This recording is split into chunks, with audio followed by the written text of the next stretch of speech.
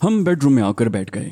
मैं तैमूर से बात करना चाह रहा था, मगर एहसान की वजह से मौका ही नहीं मिल रहा था। इंसान भी बाज़ औक़ात कितना खुदगर्ज़ हो जाता है। ये वही एहसान था जिसने मेरी खातिर खुद को दाव पर लगा दिया था। अब मैं उसी से राजदारी बरत रहा था। हम कुछ देर इधर उधर की बेमकसद बातचीत करते रहे। फिर एहसान को कोई टेलीफोन आ गया। उसे फौरी तौर पर कहीं जाना था।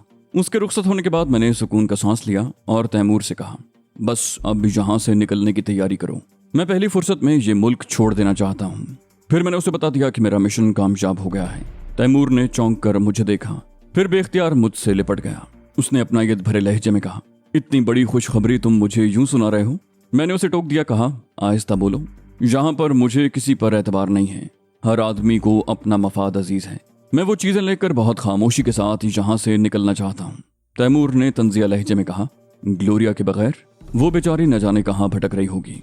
कांता नागवारी से बोली, वो कोई दूध पीती बच्ची नहीं है, अपनी हिफाजत खुद कर सकती है। तैमूर ने उसे झिड़क दिया, बोला, तुम खामोश रहो। फिर वो मुझसे मुखातिब हुआ, बोला, तुम जाना चाहते हो तो जरूर जाओ, मैं ग्लोरिया को यहाँ छोड़कर नहीं जाऊंगा। मैंने समझाने वाले अंदाज में कहा, जज्बाती मत बनो तैमूर। मेरी तहवील में जो चीजें हैं वो हम सब की जानों से ज्यादा कीमती हैं। ये हो सकता है कि मैं इन चीजों को महफूज हाथों में पहुंचाकर दोबारा यहाँ लौटाऊं। तैमूर पुरख्याल अंदाज में बोला, एक सूरत और भी है, तुम ये चीजें पाकिस्तानी हाई कमीशन के हवाले भी तो कर सकते हो, क्योंकि अहम अशिया लेकर बॉर्डर क्रॉस करने की निस्बत न्यू दिल्ली जाना ज्यादा आसान है।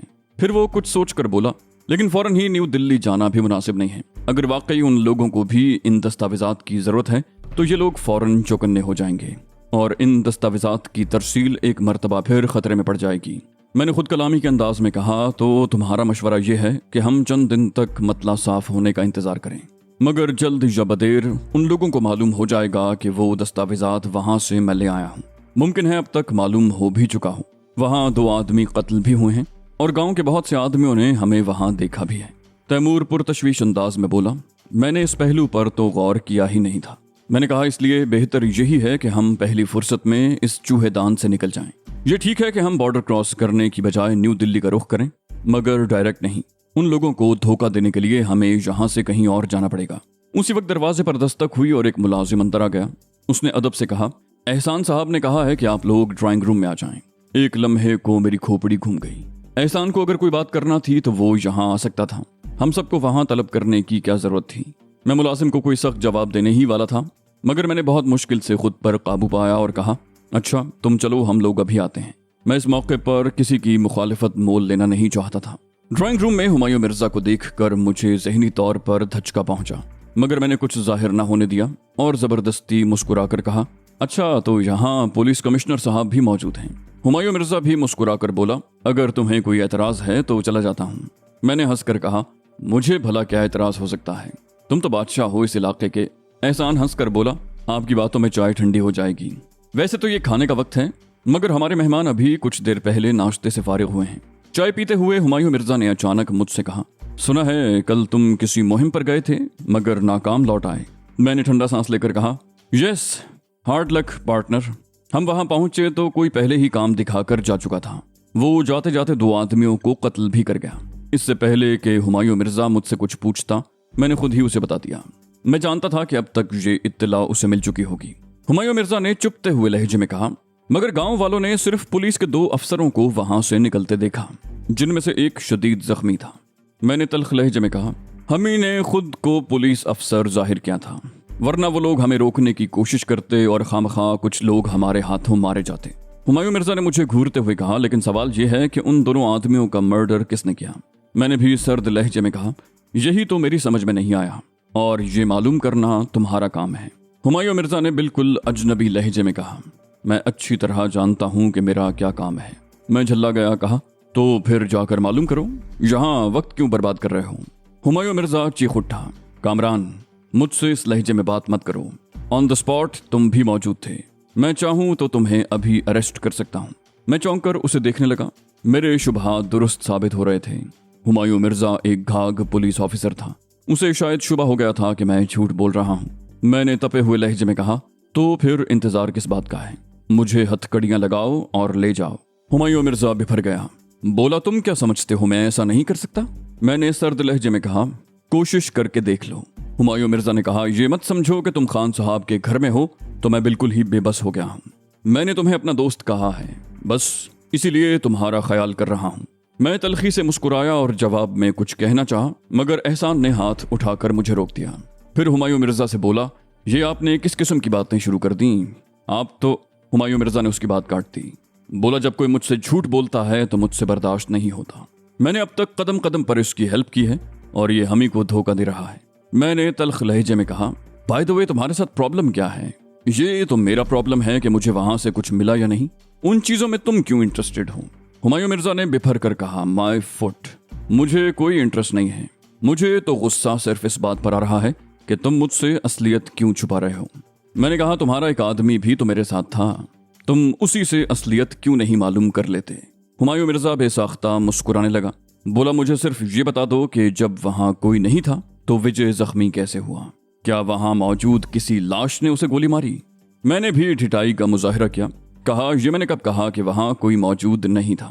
जाहिर है जिसने उन आदमियों को कत्ल किया है उसी की गोली से विजय जख्मी भी हुआ है। मैंने तो सिर्फ ये कहा है कि मैंने हमलावर की शक्ल नहीं देखी। हुमायूं मिर्जा ने कहा, ठीक है, मैं तुम्हारे इस बयान पर यकीन कर लेता हूँ। ये कहकर वो उठ खड़ा हुआ। फिर माजरत खाना अंदाज में बोला, मुझे असल में गुस्सा आ गया था, अगर कोई बात बुरी लगी हो तो माफ कर देना। ये कहकर वो रुखसत हो गया। मेरी समझ में उसका रवैया बिल्कुल नहीं आया था। उसके दोस्ताना अंदाज से भी मुझे मुनाफिकत की बू आ रही थी। मैं भी झटके से उठ खड़ा हुआ। एहसान ने कहा, कहाँ चले? मैंने उसे मजीद बोलने का मौका न दिया। कहा, मैं अपने कमरे में जा रहा हूँ, चलो तैमूर। ये कहकर मैं किसी की तरफ देखे बगैर ड्राइंग रूम से निकल आया। तैमूर और कांता मेरे पीछे पीछे थे। तैमूर भी खासा फिक्रमंद दिखाई दे रहा था। कमरे में पहुंचकर वो खुद कलामी के अंदाज में बोला, मेरी तो समझ में नहीं आ रहा कि ये सब क्या हो रहा है। यकीन नहीं आता कि ये वही हुमायूं मिर्जा है जो तुम्हें साथ मिलाने को मरा जा रहा था। मैंने कहा, मैंने खतरा पहले ही भांप लिया था। मैंने बताया था ना कि सब अपने अपने मफाद के गुलाम हैं। तुमने देखा नहीं, एहसान भी तजब्जुब में था। शायद खान साहब की तरफ से किसी हिदायत का इंतजार है उसे। वो फौरी तौर पर हुमायूं मिर्जा से भी नहीं बिगाड़ना चाहता, वरना हुमायूं मिर्जा को टोक सकता था कि यहाँ ऐसी गुफ्तगू मत करो। तैमूर ने पूछा, फिर तुमने क्या सोचा है? मैंने कहा, सोचना क्या है, हम आज ही रात यहाँ से निकलने की कोशिश करेंगे। हम यहाँ से पहले बंबई जाएंगे, फिर दिल्ली का रुख करेंगे। तैमूर ने कहा, मेरा ख्याल है कि हम अलहदा सफर करें। तुम बंबई चले जाओ, मैं किसी और शहर की तरफ निकल जाता हूँ। इनमें से कोई हमारा पीछा भी करे तो कंफ्यूज हो जाएगा। मैंने कहा, ठीक है, तुम आगरा की तरफ निकल जाओ, मैं और कांता बंबई चले जाएंगे। यहाँ से रवानगी के ठीक 1 हफ्ते के बाद तुम मुझे दिल्ली के रेलवे स्टेशन पर मिलना। शाम के 7 बजे हम लोग रवानगी के लिए तैयार थे। अचानक दरवाजे पर दस्तक हुई और विजय अंदर आ गया। उसके चेहरे पर जर्दी खंडी हुई थी, मगर चाल से कमजोरी या नक्काहत जाहिर नहीं हो रही थी। मैंने पूछा, कैसे हो विजय? अभी तुम्हें आराम की जरूरत है। विजय ने कहा, मैं इतना नाजुक नहीं हूँ कामरान साहब, मैं बिल्कुल ठीक हूँ। फिर वो चौंक कर बोला, क्या आप लोग कहीं जा रहे हैं? मैंने कहा, हाँ विजय, हम लोग 2-4 दिन के लिए आउटिंग पर जा रहे हैं। जरा जग्गू के गांव तक जाएंगे, हो सकता है ग्लोरिया वहां पहुंच जाए। विजय ने हैरत से कहा, ग्लोरिया? मैंने कहा, मैंने शायद तुम्हें बताया नहीं, या फिर तुम भूल गए हो। ग्लोरिया भी हमारी साथी है, वो पिछले दिनों हमसे बिछड़ गई थी। विजय ने कहा, मैं भी आपके साथ चलूंगा। फिर वो जल्दी से बोला, देखिए, इनकार मत कीजिएगा, मैं अब बिल्कुल फिट हूँ। मैंने नर्म लहजे में कहा, सूरत हाल को समझने की कोशिश करो विजय। हुमायूं मिर्जा को शुबा है कि मैं विनोद पांडे के गांव से खाली हाथ नहीं आया हूं। वो अब तुमसे भी पूछगिछ करेगा। अगर तुम भी हमारे साथ निकल गए तो उसका शुबा यकीन में बदल जाएगा। विजय ने फैसला कुन लहजे में कहा, कुछ भी हो कामरान साहब, मैं अभी आपके साथ चलूंगा। तैमूर ने फ्रेंच में कहा, इसे भी साथ ले चलो। हमारे जाने के बाद यह भी हो सकता है कि हुमायूं मिर्जा इस पर 3rd डिग्री इस्तेमाल करे और विजय जबान खोल दे। मैं एक लम्हे को सोच में पड़ गया। विजय यूं भी उन्हीं का आदमी था। उसने अगर अभी तक जबान नहीं खोली थी तो इसका मतलब ये नहीं था कि वो आइंदा भी हमारी फेवर करेगा। हो सकता है वो खुद ही हुमायूं मिर्जा को सब कुछ बता दे। मैंने पुरख्याल अंदाज में कहा, तुम ठीक कह रहे हो, हम इसे यहाँ छोड़ने का रिस्क नहीं ले सकते। फिर मैंने उर्दू में विजय से कहा, ठीक है, तुम भी हमारे साथ चलो। मैंने कांता से कहा, विजय के जख्म पर वो सुफूफ लगा दो जिससे जख्म बहुत तेजी से भरता है। विजय ने उस वक्त जिस्म पर चादर लपेट रखी थी। कांता ने अपने बक्स से वो सुफूफ निकाला और विजय से चादर उतारने को कहा। फिर कांता ने उसकी बैंडेज भी खोल डाली और बहुत महारत से जादुई सुफूफ विजय के जख्म पर छिड़क दिया। बोली, अब पट्टी बांधने की जरूरत नहीं है, ये सुफूफ कल एक दफा और छिड़कूंगी, फिर तुम बिल्कुल ठीक ठाक हो जाओगे। विजय हंसकर बोला, मुझे तो अभी अपनी तकलीफ कम लग रही है। तैमूर ने कहा, अब जाकर शर्ट वगैरह पहन लो। विजय चादर लपेट कर जल्दी से बाहर निकल गया। मैं अपने तौर पर तो तैयार था, मगर मुझे ये खदशा भी था कि शायद एहसान मुझे वहां न जाने दे। मैंने तैमूर से कहा कि जरा एहसान को यहाँ बुला लो। तैमूर चंद मिनट के बाद एहसान को ले आया। हमारी तैयारी देखकर एहसान चौंक उठा और बोला, क्या बात है कामरान, तुम कहाँ जा रहे हो? मैंने कहा, यार मैं यहाँ बेड रेस्ट करने तो नहीं आया हूँ, मैं अभी ग्लोरिया को तलाश करूंगा, जरा हमारी गाड़ी निकलवा दो। एहसान ने दबे दबे लहजे में कहा, खान साहब शायद इस बात को पसंद न करें। मैंने कहा, मेरी तरफ से माफी मांग लेना उनसे। ग्लोरिया को तलाश करने के बाद मैं दोबारा यहाँ आ जाऊंगा। एहसान ने आहिस्ता से कहा, ग्लोरिया को हम लोग भी तो तलाश कर सकते हैं। मैंने झल्ला कर कहा, हुमायूं मिर्जा वाली बातें मत करो एहसान, तुमने मुझे दोस्त कहा है और मैं भी तुम्हें दोस्त कहता हूँ, प्लीज मुझे रोकने की कोशिश मत करो। एहसान ने कहा, मैं तो तुमसे रिक्वेस्ट कर रहा था, बाहर तुम्हारे लिए खतरा है। मैं बिफर गया, खतरा खतरा खतरा। तुम लोग क्या चाहते हो, मैं चूड़ियां पहनकर बैठ जाऊं? मैं पिछले कई साल से मौत से आंख मचोली खेल रहा हूं। अगर मेरी मौत इसी तरह लिखी है तो इसे न खान साहब टाल सकते हैं न हुमायूं मिर्जा। मेरी गाड़ी मंगवाओ, मैं अभी जाऊंगा। मेरी आवाज कुछ ज्यादा ही बुलंद हो गई थी। एहसान ने भी तेज लहजे में कहा, मेरी मजबूरी को समझने की कोशिश करो कामरान, मैं इस वक्त तुम्हें नहीं जाने दूंगा, मेरी दोस्ती का लिहाज कर लो। मैंने सर्द लहजे में कहा, देखो एहसान, इस वक्त मुझे मत रोकना, वरना मैं न तुम्हारा लिहाज करूंगा न तुम्हारी दोस्ती का। मेरी गाड़ी मंगवाओ वरना मैं उसका भी इंतजार नहीं करूंगा। एहसान गुस्से और बेबसी की मिलीजुली कैफियत में बोला, मैं तुम्हें नहीं जाने दूंगा। वो झपट कर मेरे सामने आ गया। मेरी खोपड़ी एकदम घूम गई। मैंने उसके मुंह पर इतना जोरदार थप्पड़ मारा कि वो लड़खड़ाता हुआ खुले दरवाजे से बाहर जा गिरा। मैं भी उसके पीछे झपट कर बाहर निकला और गिरबान पकड़कर उसे दोबारा खड़ा कर दिया। उसी वक्त कॉरिडोर में भागते हुए कदमों की आवाजें सुनाई दी और 4 मुसल्ला आदमी वहां पहुंच गए। मैंने एहसान को उन पर उछाल दिया। एहसान उनमें से 2 आदमियों को साथ लेकर ढेर हो गया। बकिया 2 में से एक ने फुर्ती से पिस्टल निकाल लिया और जल्दी से उसे लोड कर लिया। एहसान चीख कर बोला, फायर मत करना। वो आहिस्ता आहिस्ता उठ खड़ा हुआ। उसके चेहरे पर मेरी उंगलियों के निशान उभर आए थे और होंठों से खून बह रहा था। उसने हथेली की पुश्त से होंठ साफ करते हुए अपने एक आदमी से कहा, कामरान साहब की गाड़ी पोर्च में ले आओ। फिर बहुत दुखी लहजे में मुझसे बोला, मुझे तुमसे ये उम्मीद नहीं थी कामरान, तुम तो दोस्त और दुश्मन की तमीज ही खो बैठे हो। खैर, एक वक्त आएगा कि तुम्हें मेरी बातें याद आएंगी। उस वक्त तुम्हें एहसास होगा कि एहसान तुम्हारा दोस्त था या दुश्मन। उसकी आंखों में आंसू आ गए और वो बेख्तियार मेरे सीने से लग गया। बोला, अल्लाह तुम्हें अपनी अमान में रखे, जाओ देर मत करो, गाड़ी पोर्च में पहुंच चुके हैं। मैंने एहसान की तरफ देखे बगैर तैमूर से कहा, अपना सामान उठा लो। उसी वक्त विजय भी तैयार होकर आ गया। हैरत अंगेज तौर पर वो पहले की निस्बत खासा बेहतर नजर आ रहा था। एहसान ने हैरत से पूछा, तुम कहाँ जा रहे हो विजय? विजय ने नजरें झुकाकर कहा, मैं भी कामरान साहब के साथ जा रहा हूँ। एहसान ने सवालिया अंदाज में मेरी तरफ देखा। मैंने आहिस्ता से इस बात में गर्दन हिला दी। एहसान ने कुछ कहना चाहा मगर फिर सख्ती से होंठ भींच लिए। हम लोग पोर्च में आए तो वहाँ गाड़ी मौजूद थी। तैमूर और कांता ने डिक्की में सामान रखा। फिर तैमूर ने ड्राइविंग सीट संभाल ली। विजय उसके साथ पैसेंजर सीट पर बैठ गया। मैं और कांता पिछली नशिस्त पर बैठे तो तैमूर ने इंजन स्टार्ट किया और फौरन ही गाड़ी आगे बढ़ा दी। गेट से बाहर निकलने के बाद मैंने सुकून का सांस लिया। मैंने मोहतात अंदाज में इर्द गिर्द का जायजा लेते हुए विजय और तैमूर से कहा, तुम लोग भी अपनी आंखें खुली रखना, मुमकिन है कोई गाड़ी हमारा ताक़ुब करे। काफी दूर जाने के बाद भी किसी गाड़ी ने हमारा पीछा न किया तो मैं कुछ मुतमईन हो गया। तैमूर ने पूछा, अब क्या प्रोग्राम है? उसका अंदाज ऐसा था जैसे हम तफरीह के लिए निकले हों। मैंने कहा, प्रोग्राम में थोड़ी सी तब्दीली करना पड़ेगी। मुझे और कांता को तुम किसी ऐसी जगह उतार दो जहां से कोई सवारी मिल जाए। तुम और विजय जग्गू के गांव चले जाओ, हो सकता है ग्लोरिया के बारे में वहां से कुछ मालूम हो जाए। फिर मैं पुरख्याल अंदाज में बोला, आज इतवार है, तुम अगले इतवार को मेरा वहीं इंतजार करना जहां मैंने बताया था। अगर हम लोग अगले इतवार को वहां ना पहुंच सके तो उससे अगले इतवार को पहुंचेंगे। उसके बाद तुम रोजाना शाम 5 से 8 बजे के दरमियान वहां मौजूद रहना। हाँ, वहां तुम इसी गाड़ी में जाना और कहीं रुककर गाड़ी को अच्छी तरह चेक कर लेना कि उन लोगों ने इसमें कोई ऐसी डिवाइस तो नहीं लगा दी जो उन्हें हमारी मौजूदगी की खबर दे दे। बस तुम हमें यहीं उतार दो। मैंने एक तरफ सड़क पर उसे रुकने को कहा। मैं हस्बे आदत पूरी तरह मुसल्ला था। तैमूर ने मुनासिब सी जगह देखकर गाड़ी रोक दी। फिर बोला, कांता के सूटकेस में एक फोल्डिंग राइफल भी है। फिर हमारे साथ साथ विजय और तैमूर भी गाड़ी से उतर आए। तैमूर ने डिक्की खोलकर कांता का और मेरा सूटकेस उतारा।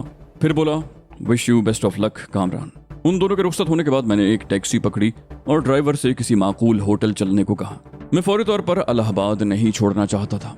मुमकिन है रेलवे स्टेशन और एयरपोर्ट पर हुमायूं मिर्जा ने अपने आदमी लगा रखे हों। इतने हथियारों की मौजूदगी में प्लेन से सफर करना तो बहुत मुश्किल था। मैं एक आध दिन बाद ट्रेन से सफर करना चाहता था। मैं और कांता बिल्कुल खामोश थे। ड्राइवर बैक व्यू मिरर में बार बार हमें देख रहा था। शायद उसे हमारी खामोशी गैर फितरी लग रही थी। मैंने ड्राइवर को सुनाने के लिए कहा, राधा, एक तो तुम्हारी जिद से मैं तंग आ गया हूँ। क्या जरूरी है कि तुम्हारी माता जी भी हमारे साथ शिमला जाएं? मैं इन छुट्टियों को एंजॉय करना चाहता हूँ। कांता ने शिकायती अंदाज में कहा, माता जी चलेंगी तो तुम्हारा क्या बिगड़ जाएगा? मैंने झल्ला कर कहा, मेरा सुख चैन जाता रहेगा। शादी को 3 महीने हो गए मगर ये माता जी हमारा पीछा नहीं छोड़ती। कांता मुंह फुलाकर बोली, अच्छा, मुझसे बात मत करो, और वो खिड़की की तरफ सिमट कर बैठ गई। मैंने देखा हमारी बातें सुनकर टैक्सी ड्राइवर मुस्कुरा दिया। थोड़ी देर बाद उसने हमें आला दर्जे के एक होटल पर उतार दिया। मुझसे पैसे लेने के बाद वो हंसकर बोला, साहब एक बात कहूँ, बुरा मत मानना, माता जी को शिमला जरूर ले जाना। मैं भिन्ना कर उसकी तरफ बढ़ा। व्हाट? उसने फौरन टैक्सी आगे बढ़ा दी। कांता हंसते हंसते लोटपोट हो गई। मुझे उस लम्हे ऐसा लग रहा था जैसे वाकई कोई माता जी हमारे साथ शिमला जाने को तैयार हों। होटल के आरामदेह कमरे में बेड पर नीम दराज होकर मैं आइंदा की मंसूबाबंदी करने लगा। कांता भी कुछ सोच रही थी। फिर वो अचानक बोली, कामरान एक आइडिया है, क्यों ना हम लोग बाई रोड दिल्ली चलें?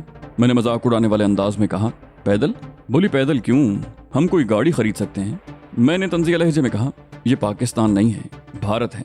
यहाँ गाड़ी खरीदने वाले का शजर नसब तक पूछ लिया जाता है। इतने पैसे कहाँ से आए, कहाँ मुलाजमत करते हो, बिजनेस करते हो तो इनकम टैक्स देते हो या नहीं, कहीं काले धन को सफेद करने के चक्कर में तो नहीं हो? मेरे जले कटे अंदाज पर कांता खिलखिलाकर हंसी और बोली, तुम इतने सीधे साधे कब से हो गए? ये सब सवालात तो उन लोगों के लिए होते हैं जो पाई पाई जोड़ कर गाड़ी खरीदते हैं। चोर दरवाजे तो हर जगह होते हैं, ब्लैक में गाड़ी क्या, हेलीकॉप्टर भी मिल जाता है। मैंने बेजारी से कहा, पागलपन की बातें मत करो कांता, इस वक्त हम इलाहाबाद में हैं और यहाँ का पुलिस कमिश्नर है हुमायूं मिर्जा। ये तो खैर मुमकिन ही नहीं है कि इस किस्म की कोई डील उसकी नॉलेज में ना आए। कांता का जोशो खरोश मांद पड़ गया। वो बुझे हुए लहजे में बोली, कभी तो मैं भी इस काबिल हो जाऊंगी कि तुम मेरे मशवरे पर अमल करो। ग्लोरिया भी तो आखिर मेरी तरह लड़की ही है। मैंने हैरत से कहा, ये ग्लोरिया कहाँ से बीच में आ गई? वो बोली, मैंने कई दफा ये बात नोट की है कि तुम ग्लोरिया की बात फौरन मान लेते हो। उसके हवास पर ग्लोरिया सवार हो गई थी, शायद इसलिए कि हम लोग उसकी तलाश में निकल गए थे। वो शायद ये समझ रही थी कि ग्लोरिया कहीं मरखप गई होगी और अब मुझे उसका ख्याल नहीं आएगा। मैंने मौजू बदलने को कहा, अच्छा छोड़ो इस बात को, शिमला चलते हैं। उसकी आंखें चमकने लगी, बोली, हाँ ठीक है, इस वक्त वहाँ का मौसम भी बहुत खूबसूरत होगा। मैंने संजीदगी से कहा, मगर एक बात सुन लो कांता, माता जी साथ नहीं जाएंगी। कांता ने भिन्ना कर मुझ पर तकिया खींच मारा। उस लम्हे मुझे ऐसा महसूस हुआ जैसे कोई दरवाजे पर खड़ा हो। दरवाजे के नीचे झर्री से मुझे उसके जूते नजर आए थे, वो भी इसलिए कि तकिए के वार से बचने के लिए मैं नीचे की तरफ झुक गया था। मैंने होंठों पर उंगली रख कर कांता को खामोश रहने का इशारा किया और खुद बुलंद आवाज में बोलने लगा, तुम्हारी माता जी ने तो मेरी जिंदगी अजीरन कर दी है, उन्हें तो अब तीर्थ यात्रा के लिए भेज दो। उसके साथ ही मैं दबे पांव दरवाजे की तरफ भी बढ़ रहा था। कांता हैरत से मुझे देख रही थी। मैं मुसलसल बोलता रहा, उन्हें किसी कल चैन नहीं पड़ता, मैं भी ऐसे लोगों का इलाज जानता हूँ। ये कहकर मैंने अचानक दरवाजा खोल दिया। वो उसी होटल का कोई बैरा था। मुझे सामने देखकर वो बुरी तरह सटपटा गया और वहां से भागने की कोशिश की, मगर मैंने एकदम उसका गिरबान पकड़कर अंदर खींचा और कांता से दरवाजा बोल्ट करने को कहा। फिर मैंने कहरालूद नजरों से बैरे को घूरा और दुरुस्त लहजे में कहा, यहाँ क्या कर रहे थे? उसने कहा, आपके लिए एक खत है। उसने पैंट की पॉकेट में हाथ डाला, लेकिन खत की बजाय .3 का एक रिवॉल्वर निकाल लिया।